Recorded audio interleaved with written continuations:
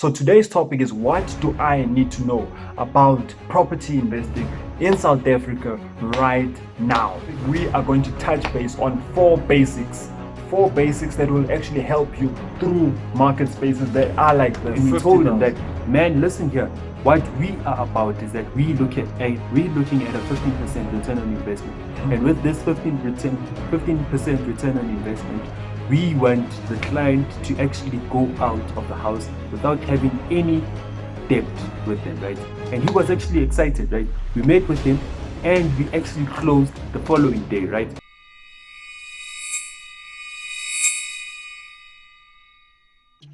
Hello everyone. Hello. You are tuned into Nongwell. I'm Lebu And I'm Nell. and we are Noel. So now, last week's video actually did well. We're very happy about it. I hope that you're happy about it. I'm sure you actually extracted a lot of content out of that video. Let's go into today's topic, man. What is the $1 million question? What are people asking out there in these hard times, man? Man, what I like about today's question, it refers to what's happening today. We always talk about the relevance of the topics that we're talking about every time when we share our content. So today's topic is, what do I need to know about property investing in South Africa right now? I'm sure it happens that you actually wanted to go into the property industry, and now that you've seen that there's a possible recession, we are in a recession, right?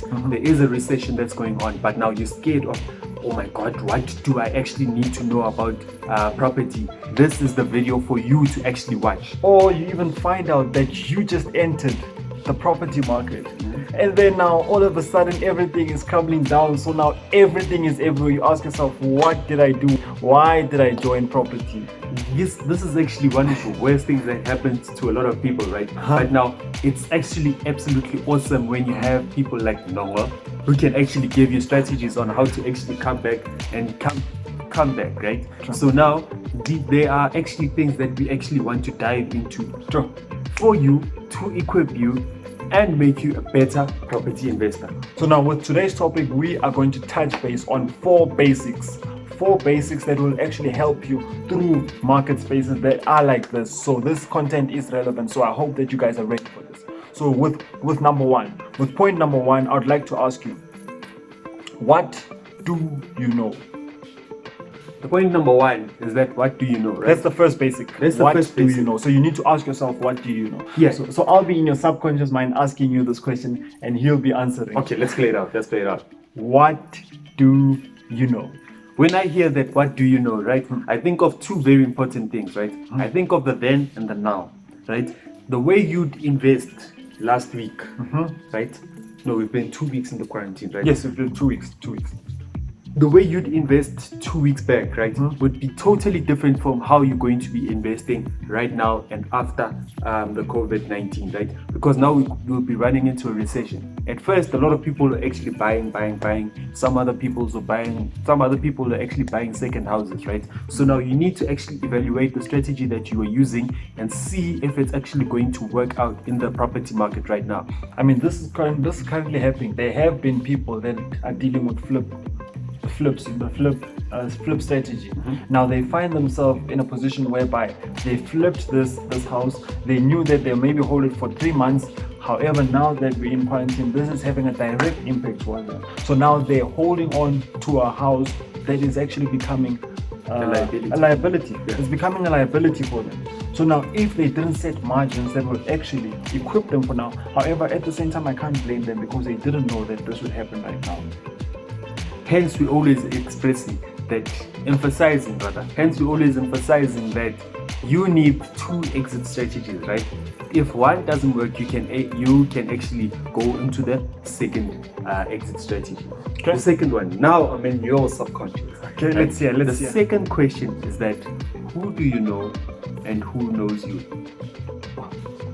When that question comes up, this basic is very important, because as in property, I'd like to emphasize that in property, I can't do everything by myself. So now this question is very relevant because I need to ask myself, who do I know? And when you're saying who do I know, I'm not talking about my 2,500 Facebook friends or 8,000 friends on Twitter. The people who I know that are actually going to help me in my property journey. So I need to take this time right now, as it's quarantine. I need to take this time right now and talk to people who I can actually add value to their lives. For instance, me, you know Nongwell. Hence, we are transferring this information, this relevant information to you. So now you need to ask yourself, who do I know and how can I actually connect with them to bring value? So I need to use this time. I need to be using this time so that when it opens, when everything goes back, I'm not saying everything will go back to normal because we do live in a complex environment that's constantly changing. However, once everything is open and then it's business again, I know that I'll be doing 1, 2, 3 with. I can be calling estate agents or I can be calling investors if I have a deal or if I'm searching for a deal. Yeah, man. I think this is what you're actually emphasizing right now, right? That this is the strategies that you can actually be using right now, right? Not waiting for maybe 1 week until they say that, okay, the lockdown is now open, you can actually go out. You can actually be building relationships right now. Okay. Taking your phone and calling the estate agents and asking them about the property market, asking them if they have distressed properties, asking them a whole lot of things that will actually equip you in that particular market. I mean, yesterday we called an estate agent. You could hear that guy is on holiday mode. He was like, "Oh no, you can't call me now, guys. I'm with my kids." We're like, "Man, we need to do business, man. We need to do business." Because now at the end of the day, you actually need to actually be equipping yourself so that when everything goes back and now we're in the market, you can actually have a better market position, unlike someone who's actually starting when the markets are open. So now on to basic number 3. What value do you bring? What value do you bring? So now this one is actually an interesting one, right? What value do you bring? This actually represents that what do you have to actually offer the marketplace, right? The marketplace, what do you have to offer the marketplace? There are two, according to us, there are two things that you can actually bring to the marketplace, right? It's actually skill or the money. Let's dive deeper into this, right? Let's look at the money. When you're going into property investing, right? We all know that you need to have money to actually go into the property industry, right? That's the way people would actually think, right? The more you have money, the more you can actually go into the property market, which is true, right? When you do have the money, you can actually be flipping. You can actually be buying the rental apartments. You could be buying a whole lot of things within property, right? But now the second one is that the skill. If you do not have any money, you need to have a skill. You need to make sure that your skill, man, is sharp. You need to make sure that everything that you are going to present is on point. With the skills, what you can actually be doing is that you could be actually sourcing the property. Right? You can actually source out the property. What do you mean by sourcing? I think we touched based on it the last video, right? Packaging the deals and actually selling it to someone else, right? Or if you have a little bit of money that's in your bank account, you can actually be wholesaling. Right? So now it all depends on you and how you are actually going to negotiate the deals, how you are actually going to go around getting the deals, and how are you actually going to get your property investors. I absolutely agree with that. It's very important to know what value do you bring to the table. So that can be a question whereby now you're sitting and now you have the time. You have that peace of mind to ask yourself. I think every property entrepreneur should actually be asking themselves this question. What value do I bring to the table? Yeah. Because now once I know that I'm bringing this type of value to the table, the skill, and there's nothing wrong if you just bring the skill to the table, because you actually make a return on investment that's infinite with regards to bringing the skill. So now you have the time. You need to be thinking that I've got the skill. I'm bringing the skill. Now you need to maximize on that skill, and you need to sharpen your skills, as you did say. Negotiating. If I know that my weakest point is negotiating, I need to sharpen that skill. Definitely. So now, there's this question, right, that I like to ask people, right? When you're going into the property industry, right, this is the main thing that you need to ask yourself, right? How different are you from others? This is something that you actually need to establish, right, before you actually go into the property market.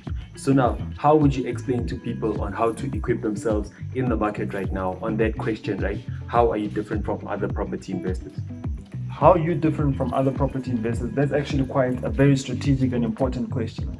Because now once you get to answer that question without reasonable doubt, that's when you can position yourself in a better place than other people. I mean, for instance, we can say creating relationships. If I know that I'm good with creating relationships with people, and then I maximize on that, I know that I've got estate agents and I've got investors by my side, I know that that will put me in an advantage. Because once the estate agents call me like, man, I've got this deal, and then somebody else calls me, man, I've got another deal, and then another estate agent calls me, I've got another deal, and I know for sure that I've got about 8 people that are willing to invest now, that will not be a problem.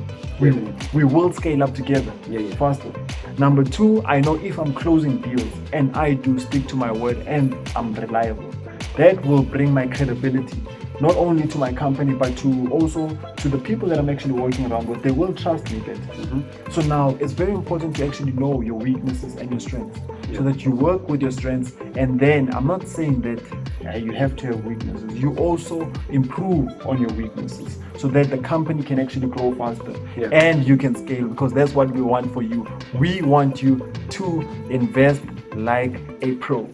I mean, on this question on how different are you, right? The example that I can actually think of, right, that we actually went through, right, when we were searching for a deal right now, right, there were times whereby we thought that deals aren't in the market, right? So that we took a decision that we're actually going to put in, if we were putting in 10%, we're actually going to add a 0 to that 10%. We were going to put in the 100%, right? So now what we actually did is that we made 30 phone calls to 30 different estate agents in that particular day. All in one day. Right? So some of them were saying that, no, I don't have. Some of them were saying, man, I have them, but they didn't actually come back to us. Or when we went to them, they didn't answer the phone, right? But there was this one particular estate agent that actually came through for us, right?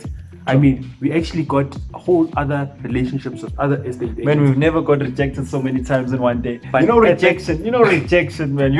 That day about getting rejected about 20 something times and you're still going on, man. So I guess that day was the how. Yeah. We had that motivation. That's what actually made us stand from the other property investors. So now the guy that we actually did the deal with, right? He was saying that, man, I've been dealing with a whole lot of estate property investors, and I know you guys are all about ripping people off, right? So now if someone is willing to sell their house at 300,000, you would actually want to buy it for 100,000, right? And we told him that, man, listen here, what we are about is that we're looking at a 15% return on investment. And with this 15% return on investment, we want the client to actually go out of the house without having any debt with them, right?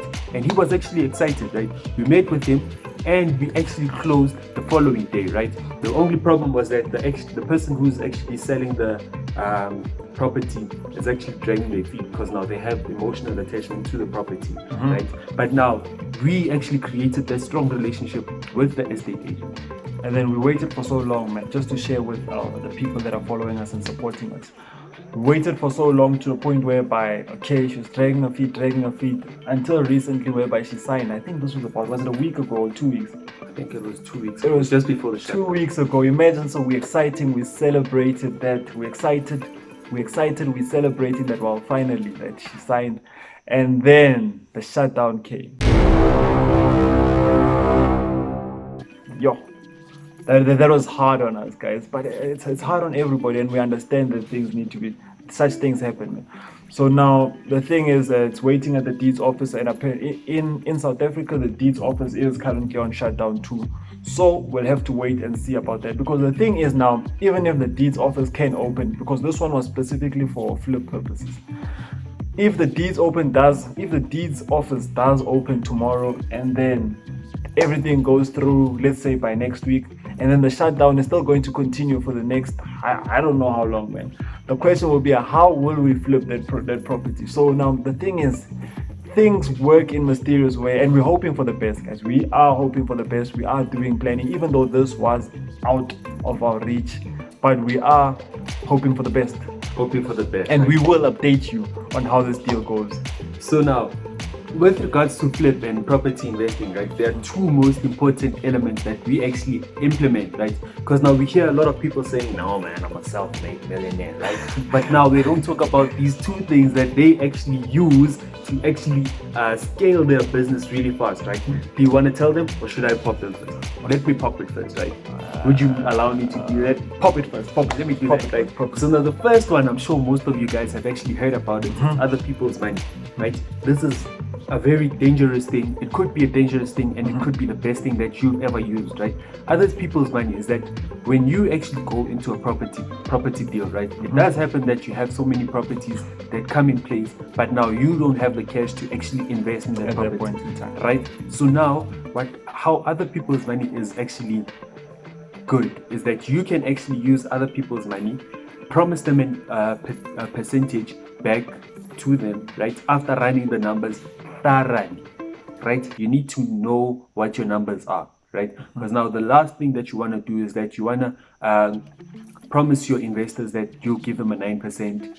After the deal, you only have 8% or 7% to give them, right? You'd rather have a 9% and then actually give them 20% back, right? Depending on how good the deal was, right? So now other people's money is actually taking other people's money and taking other people's money, using it to actually reinvest in that particular property. But now on this one, I'd like to stress ethics. Please be ethical when you do this, right? So when you get the money, you make sure that the first person you pay is that person that actually invested with you. What about turns back- that saying that the first person that you should pay is yourself, man? No man, on this particular one, right? On this particular one, once you get paid, right? Once you get the money, you make sure that you actually pay the person that invested with you first, right? Because now this ties back to the thing that we actually talked about earlier on relationships, right? True. You do not want to break your relationship. 100%.